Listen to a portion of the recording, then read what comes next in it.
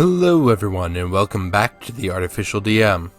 Today we are going to be taking another dive into RPG horror stories. Now this one is going to be a viewer submitted RPG horror story.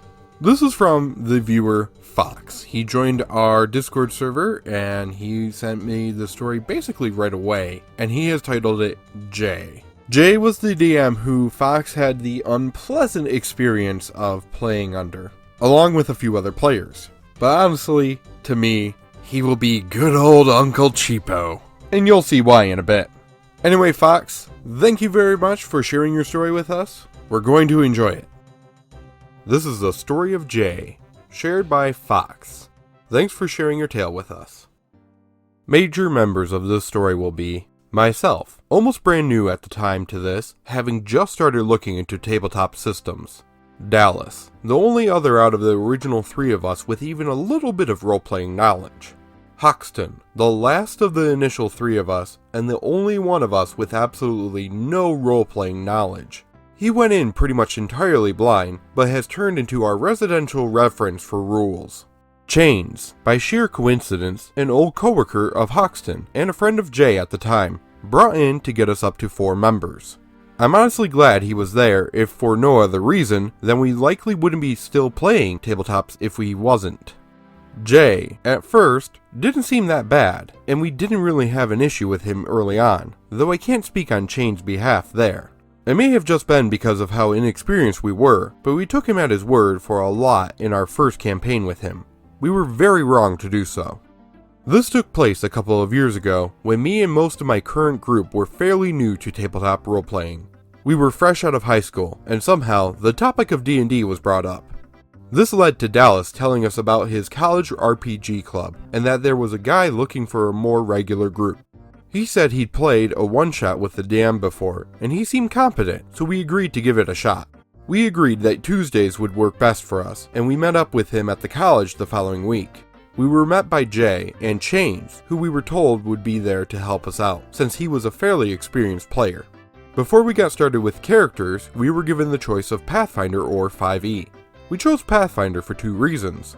1, because Jay told us that he was far more familiar with the rules for Pathfinder than for 5th edition, and 2, we were told that Pathfinder 1st edition was more beginner-friendly than D&D 5e. We made our characters, with myself playing a chaotic evil half-elf sorcerer, Hoxton playing a neutral good human fighter, Dallas playing a lawful good human paladin, and Chains playing a neutral evil orc rogue. The week after, we met up at Dallas's house and played our first session. If anyone is curious, it was a Pathfinder module called Sands of Fire, I believe. Now, I should clarify why I chose Chaotic Evil as an alignment, given the stigma around it. See, my character had no interest in harming the party, at least not directly, nor did he have any desire to sabotage them. At the time, I knew very little about the alignment chart overall, and the way it was explained to me, Chaotic Evil was what I was going for. See, my sorcerer had no regard for life other than his own, and wasn't above using people for his own ends. That's where the evil came from. For the chaotic, he hated being told what to do by those who thought themselves superior to him for any reason. That may sound cheesy and edgy, but I really had no intention of playing him as an edgelord, and for a while, I was able to avoid just that. See, nothing too bad happened in the first few sessions, nor anything all that noteworthy honestly. Except for after the first 3 sessions, where I was told privately that I was playing my character wrong by Jay. According to Jay, my sorcerer should be sabotaging the party at every turn, trying to murder every NPC we met, and burning every building to the ground on sight because that's what it means to be chaotic evil. Apparently, being chaotic evil was the equivalent of being suicidally stupid. I tried to argue against that course of action, but was told that if I didn't go along with this view of chaotic evil, then my alignment would be changed to what he thought was more fitting. Looking back at it now, I hate that I caved. I know why I did, being awkward as hell in real life at the time, and this guy was supposed to know a lot more about all this than I did. I didn't want to look stupid by arguing against it, only to end up being entirely wrong. So, I agreed to play how he thought I should. Even though it's been years, I'm still more bitter about this than what happened to this character next. So, the next session, I started playing more how he said I should. In order to not ruin the game for the others, I was as careful as I thought I could be with it, and only ended up killing some gnolls that had surrendered before the others could interrogate them. That session, I grew to hate the character. I still do. I had to miss the next session, and rather than just having a reason for my character couldn't join them that day, Jay decided to just bring my character along to act as a magic turret. He had my character sheet, and apparently was leveled up. I found out later that he didn't actually look at my character sheet beyond HP and initiative. How do I know this? Chains made an offhanded compliment on taking Magic Missile early on, something that a lot of casters he'd personally played with hadn't done at low levels. I asked what he meant, and found out that the entire time my character had just sat in the back and cast Magic Missile repeatedly. I didn't have Magic Missile on my sheet. I was going for pure fire at the time, since in my mind, gnolls have fur, fur is flammable, fire makes flammable things turn into on-fire things. This apparently wasn't how things worked, but fire spells were still cool, so I stuck with them and them alone. Stupid, I know, but that's what I was going for, and given that my bloodline was also that of a red chromatic dragon, it made sense to me. This in itself wasn't much of a big deal, and I never brought it up with him, but that really bothered me, to find out that he hadn't even bothered looking at the sheet in his possession. It was either that, or he hated the spells I had and decided to add one he liked instead. During the missed session, both Hoxton and Chain's characters died, becoming a female gnome and a male lizard folk respectively. See, Jay really liked the roll chart for reincarnate, and even lovingly called it Uncle Cheapo's Resurrection, and gave the group 3 potions of reincarnation at the start. However, and I don't know where he got this from, along with possibly becoming a new gender and very likely a new race, he rolled on a different chart for a drawback. For Hoxton, the next time he died, the gods would simply wipe his character from existence, including everyone's memories of them. For Chains, his character smelled like roses. There was another Stygia, however, stigma but Jay's version. When you resurrected via Uncle Cheapo, you gained the physical stats in place of your original ones, but you lost the mental stats of your original race and didn't gain the new ones from the new race. This has led to problems before, though not for a while, given that this was really the only time we used them for the most of our time with them. However, another issue that came up with the potions. Apparently, it was my character that had given them the potions. Yes, my chaotic evil character, who, according to the J, was supposed to be trying to kill the party on a whim, actively saved 2 of them. Regardless, we continued. The next session, Dallas's character was incredibly suspicious of mine out of nowhere. I wasn't entirely sure why, but found out from Hoxton that he had found out my alignment in character, and now his paladin refused to leave my side, just in case I tried anything. This all culminated in me attacking some random priest, paladin trying to kill me, fighter trying to knock me out, and the priest revealing himself to be an undead. Really, it should have been obvious, but I was barely paying attention at this point. I remember most of it, but I just couldn't care about the game. Dallas didn't notice because he was too busy watching for any sign of evil from me, and Hoxton was trying to knock me out to end the fight as soon as possible, as I was far easier to fight than the paladin. Had the priest not acted, my character probably would have died right there. Regardless, the priest fight was largely pointless. Almost immediately after it started, a divine light incinerated the undead, ending the fight. Dallas picked up a small token of Sarin Ray, and we went back to camp. After talking to Boss Lady, who couldn't care less about our existence, despite hiring us to single-handedly clear an entire city full of gnolls and other monsters for her, essentially told Dallas to handle the evil sorcerer however he wanted, and to never bring this up to her again. That ended with him caving my sorcerer's skull in while he flicked sparks at a crumbling, desecrated statue of Sarin Ray in a temple near the camp. I messaged him about this before typing the story up, and was told something I had suspected for years, but had just never looked into. Dallas was told basically the same thing I was, except the lawful good equivalent. Strict moral code, evil cannot be allowed to exist, and you must fight it all, regardless of whether or not it's in your party or not. My next character was a female human ranger, and she lasted quite a bit longer. At some point during her run, Hoxton lost his character as well, bringing in a male human fighter with a different build. At this point, we had begun looking more into the rules ourselves, and at first, it was reasonable when we corrected the J. We weren't rude about it, but it quickly grew into a chore. Refusing to be wrong, the J would often take up to an hour trying to look up a rule. Rather than just looking up the rule from either the rulebook or D20, he would instead browse forums to find out how other people ruled things. This ate up a ton of time, and it slowed the game down immensely. Honestly, we probably could have handled it better, but he was supposed to know the rules. It didn't help that Chains was more familiar with D&D, so he basically had to learn alongside us. Regardless, we kept going.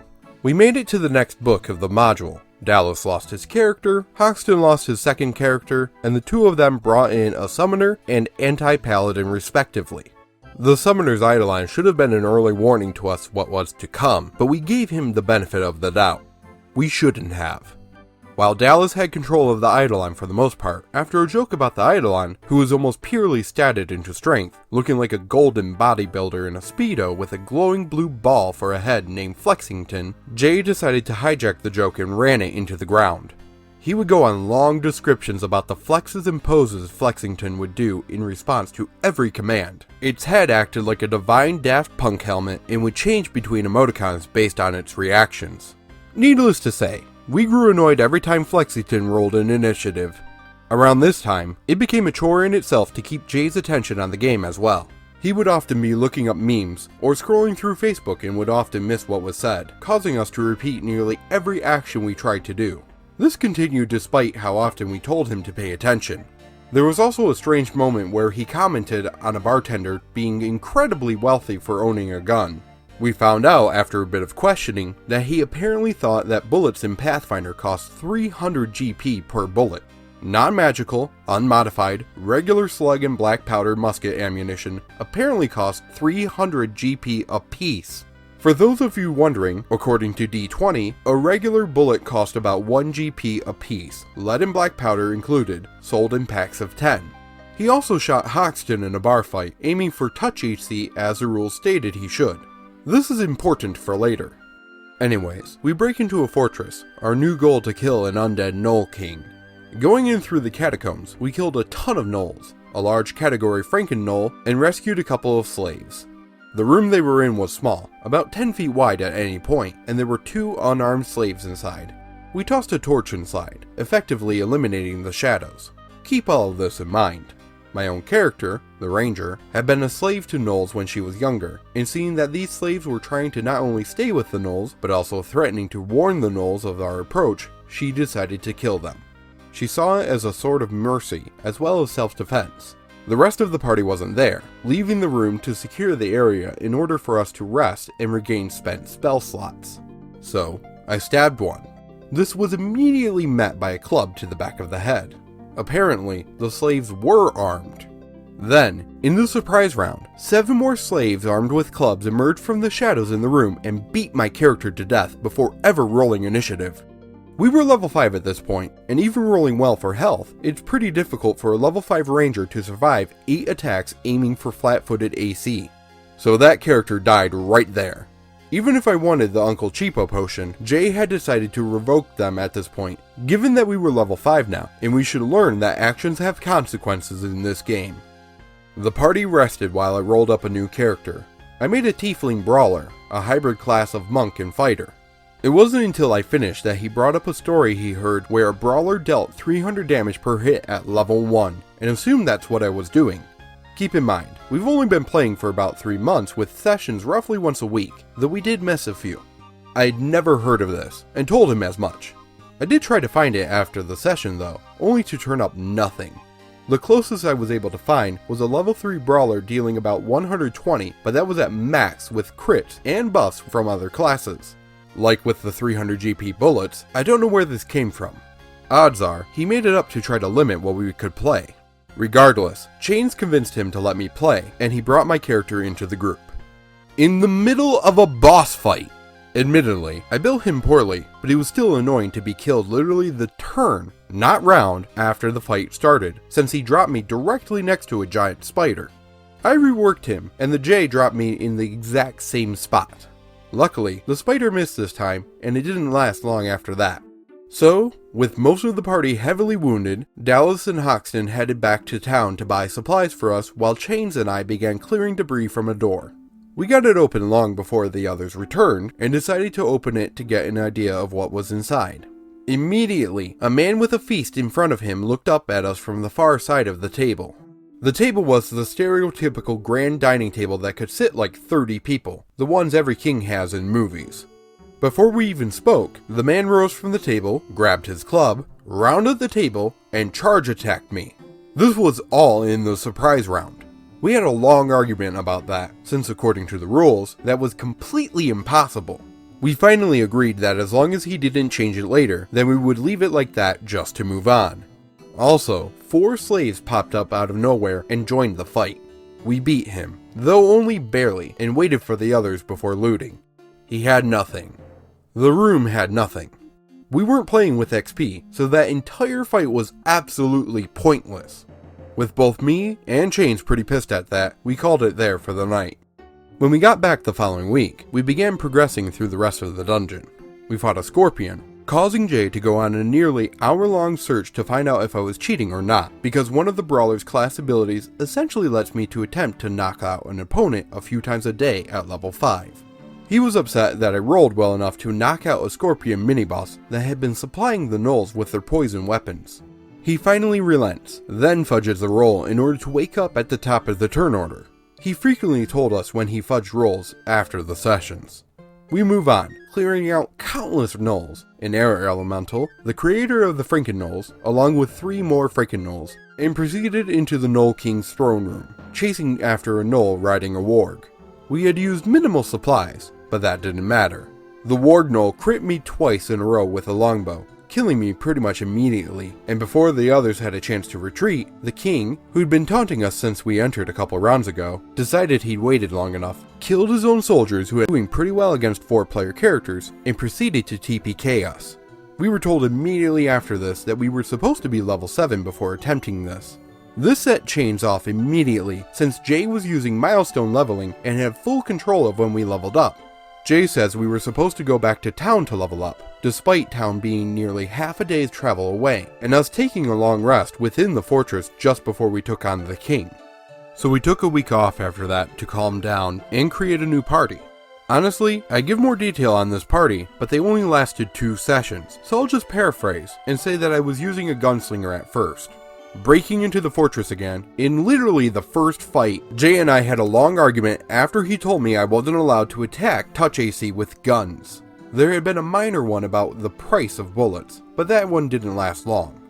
Luckily, Hoxton knew far more about this game than Jay at this point, and I had done my research on this class before building the character.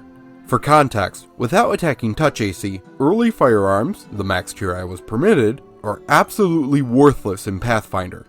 They deal less damage than bows, have significantly less range than bows, and without specific feats that we didn't know about at the time, the touch AC for attacks only applies to the first range increment, which was 30 feet for the pepper box I was using. The only benefit I had over bows, and had to build specifically for, was that I was able to reload as a swift action. The argument lasted for nearly half an hour with no signs of stopping, until I just said floop it, and changed characters to a paladin I had made as a backup. After a bunch of fights that were significantly harder than they should have been, due to the J deciding that this time through, every weapon the gnolls had, all had a chance to inflict filth fever, we made it to the king, now the appropriate level, and with much better built characters. We built him in about 3 rounds with barely a scratch on us. Then, his manservant, some guy with gnoll fur glued onto his body, tells us the only way to truly kill him is to destroy the crystal in a dungeon below this one. After a 3-hour in-real-life puzzle, deciphering a language that had never once come up in a campaign so far, or at least not in a way that Jay had ever told us, he had a huge problem of not reading ahead and would often forget to inform us of important details, despite rolling high enough to have known them. We went down the stairs, fought some giant ticks that only dealt constitution damage, and began down another set of stairs, where an illusion was cast all over the room. It looked like a Scrooge McDuck style vault, coins and all. My paladin ended up in what he thought was gold, turned out to be a foot-thick layer of green slime or something like that. Chain's character died about the same time mine did, since I never saved to see past the illusion, and Dallas and Hoxton were preoccupied with the trio of ghosts. I think they were wraiths, but it's been too long to remember exactly. I do remember that after one of them lost about half its health, all three of them flew about 60 feet into the air, and all three of them then summoned a hurricane into the room. Not just one hurricane, but all three stacked separate hurricanes, meaning Hoxton and Dallas took damage from all of them. That's where we backed out of the campaign. Even Chains thought that was too much for a beginner campaign. In total, this one lasted about 6 months or so, and I wish I could say we stopped playing with him after that. No, we decided to start with a fresh campaign. The next campaign was another module called War of the Crown. Nothing much happened in the first few sessions, except a few forced PvP moments that I'll elaborate on soon, until we ran into a potentially optional encounter. We were level 2 at this point, and the boss was some spider doll disguised as a little girl. None of us really bought into this out of character, considering this was a hideout for a group that had just assassinated quite a few people at a party and kicked off the campaign. In character though, as we approached, we were all told to make will saves. Some of us passed, others didn't. Those that passed saw the monster for what it was. The others still saw a frightened child. Then, to make it worse, Jay apparently didn't know the difference between charm person and dominate, because we were all told that after being charmed, I was forced to attack the others, regardless of personal risk. We didn't catch this until after the fight, because we had all agreed not to drag down encounters by rule checking in the middle of fights before that session. This wasn't the first time either. The PvP moment in the first few sessions were similar, with nearly every trap causing us to attack one another. This resulted in me nearly killing Chains, myself nearly being killed by Hoxton, all of us nearly killing Dallas, and Chains nearly killing me. Whether this was his doing or not, I'm not entirely sure. It may have been the module, but considering these were immediately after meeting each other in character a few hours ago, and only having had a chance to speak to each other a handful of times before this dungeon, we already had no real reason for our characters to get along, let alone stay together. After doing what we needed to do, along with Dallas being stuck in a cursed dress, we ended up in the center market of the city. After showing a random woman the power of the magic dress by having it moved to me, I convinced her to take it, leaving Dallas and I near naked in the street. While guards approached, I slipped into a store and let them chase Dallas down while I waited them out. Here's where my biggest problem with the J started. He paid no attention to character backstories and would frequently ignore major details. While hiding in the store, I was approached by the store owner, an elf. The most flamboyantly gay elf you'll ever see. This character was nothing more than a joke that the J had made as his player character in another campaign. He proudly told us all as much. He was a monk, only for the reason that unarmed strike doesn't specify hands or feet. I'm sure you can figure that one out.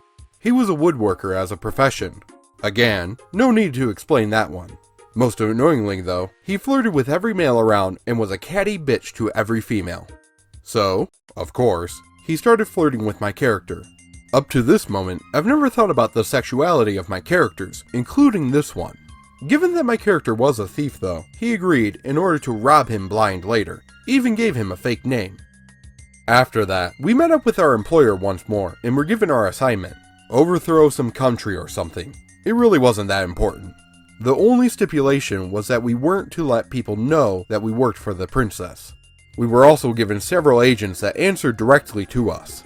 Now, in the middle of the module, these agents are supposed to be basic NPCs. No names, no descriptions. This is because each player can end up with at least a dozen of them as the game progresses. So, how did Jay handle it? He gave us one NPC that we hated and terrorized since meeting her, the elf, and a bunch of other joke characters he had played in the past. We soon found out that each of them were statted out up to level 7 already. We were level 3 at most by this point. This was immediately followed by the elf now being completely obsessed with me for several sessions. That wasn't the problem though. The problem was our employer. See, while my character had slept with the elf, he hadn't told the rest of the party, and I had told them out of character that at best, my character would be played as bisexual if it ever came up again, which I doubted it would. However, the princess is apparently omnipotent. Not only did she know that my character wasn't straight at a glance, but also decided that my character's motivation was to bring gay rights to the country. No, I'm not joking. My character, who was the illegitimate son of one of the highest ranked nobles in the kingdom, a thief, and planning on robbing his father's family blind when he found them, was told that he was now a fantasy gay rights advocate. The next few sessions were filled with nothing. We sat around the inn for about a week in game, which took 3 separate sessions out of game of doing nothing but lazing around and trying to keep ourselves occupied. In this time, I explained to the elf, in no uncertain terms, that we were not a couple, and that I couldn't stand him.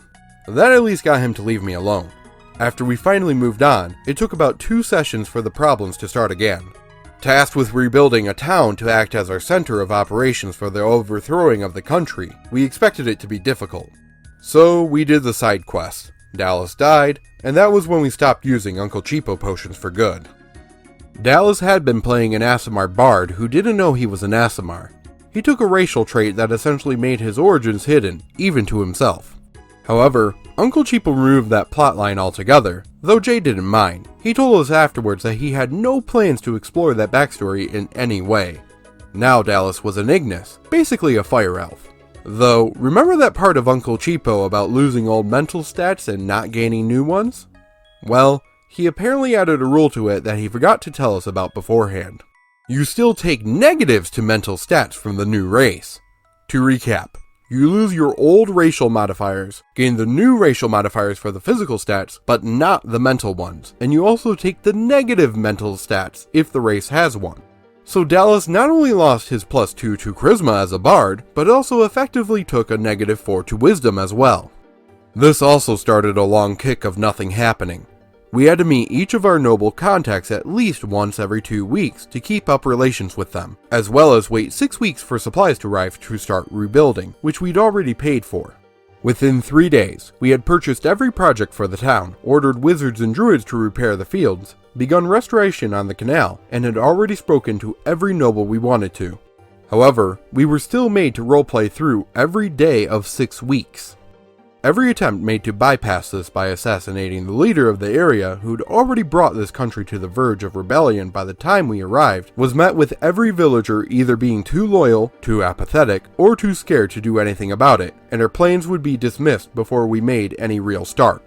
The final straw was 2 shopkeepers within a couple sessions of each other. The first was a locksmith. Dallas, Hoxton, and Chains went to purchase some manacles from him, only to be immediately dropped into the cellar from the front step. So, they tried making their way out. The first floor was abandoned, and the shopkeeper was taunting them over a magic intercom or something. The stairs leading up were the most annoying puzzle we'd ever dealt with. They were color-coded, and I wish I could remember the pattern, but it's mostly irrelevant. The important things are that it took 2 hours, nearly killed them with fall damage every time they messed up by dropping them back into the cellar, and the key to the puzzle was to know that the color black and the number 13 were considered lucky in China. It was made more difficult by the J forgetting the order of his own puzzle, as well as telling Dallas that he didn't see anything with detect magic. He soon went back on that and blamed Dallas for it taking so long because he had forgot he told them the trap wasn't magical. The next puzzle went much smoother. It was supposed to be a hall of mirrors that played a recording of the locksmith's super sad backstory, but Hoxton just smashed his way through them. They were already sick of this guy and weren't having any of it. After finding the locksmith, they instantly killed him and took what they came for. Both Hoxton and Dallas were technically good in alignment, and Jay tried to change them to either neutral or evil. But they and Chains made a pretty convincing argument for them remaining good by killing a man who poses a serious threat to everyone without player levels, considering we were level 7 now and significantly stronger than a standard commoner. If his traps nearly killed them, a commoner wouldn't stand a chance. The next was ripped straight from a meme. Dallas, Hoxton, and I were trying to buy potions, but it didn't go well. No matter what we tried to buy, we were told we simply weren't strong enough to buy his potions. This carried on for nearly an hour out of character, until finally I just tried to steal a bunch. Even with a nat 20, apparently I was too loud while doing so and got caught. We never did get any potions from them. Jay told us after we gave up that he was waiting for us to get the joke before selling us anything. Apparently it was some old YouTube video none of us had ever heard of. 2 useless merchants in 3 sessions. Perfect! What finally made us give up on that campaign was, in order to kill time while waiting for one of the nobles, was to kill a lake monster with only 3 out of the 5 of our party. We had another friend join the previous session, but had to miss this one. So, lake monster designed for 5 people to be taken on by 3. 2 of which were melee fighters, 1 in full plate, and the other being a support bard. That, alongside Jay frequently giving massive buffs to enemies because he thought we were handling fights too easily, we decided we were done. Around this time, I had been planning to try my own campaign, and Jay decided to try and be a player in it. My own campaign was still using Pathfinder, but in a homebrew setting. It wasn't great, but the others seemed interested enough. It only lasted a couple of sessions though, since we were part of 2 other games in addition to mine, and I hadn't put as much time into setting up. Regardless, they seemed to enjoy for what little they played. The important bits are at the end of the first session. During a storm, their ship washed up on the shore of an island missing from any maps they owned. I described the shore as follows. At the back of the beach, which is more gravel than sand, was a massive cliff, roughly 150 feet tall, 50 feet from the edge of the water. Strangely enough, there's a rather new looking rope ladder about 75 feet from where the ship is shored. The ship itself, while still mostly intact, it will take a few days to repair, if you can find the supplies to do so. So, what do? I'm gonna climb the cliff. Okay, you approach the ladder. Do you really think my character would use a ladder? I'm gonna freehand it. Alright, it's gonna take about 15 pass climb checks, I guess. Start rolling and let me know what you roll each time. I go back to the others to get what they're doing, then he tells me he rolled a 1 on the 14th roll, putting him at about 140 feet up. Okay, you can try to... I'll kick off the wall to try and reach the water. Alright, you do that. Roll strength, I guess? Not 1. You make it about 30 feet out. The rest of the party is too far away to help you, since you didn't tell them where you were going, and the only one who could potentially do anything is a blind old man. Plummeting 140 feet onto the gravel beach, you die instantly. Well, someone can just use an Uncle Cheapo to bring me back. I told everyone before we started that I won't be using those. You're dead. Well, why didn't you explain the setting better? I would have made a different choice if you did. After some arguing, with Hoxton and Chains hopping in as well, we just called it there. He sent me a new character and... it was bad. There's no other way to put it. See, Jay isn't good at making interesting characters. They're pretty much just jokes, one and all. Even the ones he claims to take seriously are just jokes. His female barbarian was no exception. Verbatim, this was the entire description I got for her as a character. Barbarian female, doesn't speak a lick of common. Being inexperienced as I was, I told him I had a way to bring him back, but in doing so, his original character would lose all sense of taste and touch. Basically, while a character could be resurrected in this world, they'd become closer to an undead. The limit was 3 before becoming full undead, regardless of the spell used. So, in Session 2, an NPC child they've been transporting resurrects Jay, effectively giving away plot to keep that barbarian from ever being brought up again. Admittedly, there are better ways I could have handled it, but in that moment, it made sense to me. The campaign didn't go on longer than that, and we only played 2 more times with Jay after this. Potion seller, I need your strongest potion. This was a really long one, so I'm not going to dive too much into this, but for me, one of the biggest sins that were here was the fact that the DM would spend most of their time playing to rules lawyer his group, and was very flippant about the rules, or really liked to abuse his players by ramping up the difficulty for his favor. As the DM, you are the storyteller. It's not a you versus the player scenario. Together, you're playing the game. I could probably go on for a good 5 minutes about all the nonsense in the story, but instead, I'm going to leave it all to you guys. Let me know your thoughts down in the comments below. And Fox, Daleks, Hoxton, and Chains, hopefully you guys have a better DM to play under, or have taken initiative to run one of the games yourselves. Thanks again for sharing your tale of woe, Fox, and I hope that you all enjoyed. And until next time, hope you feel inspired.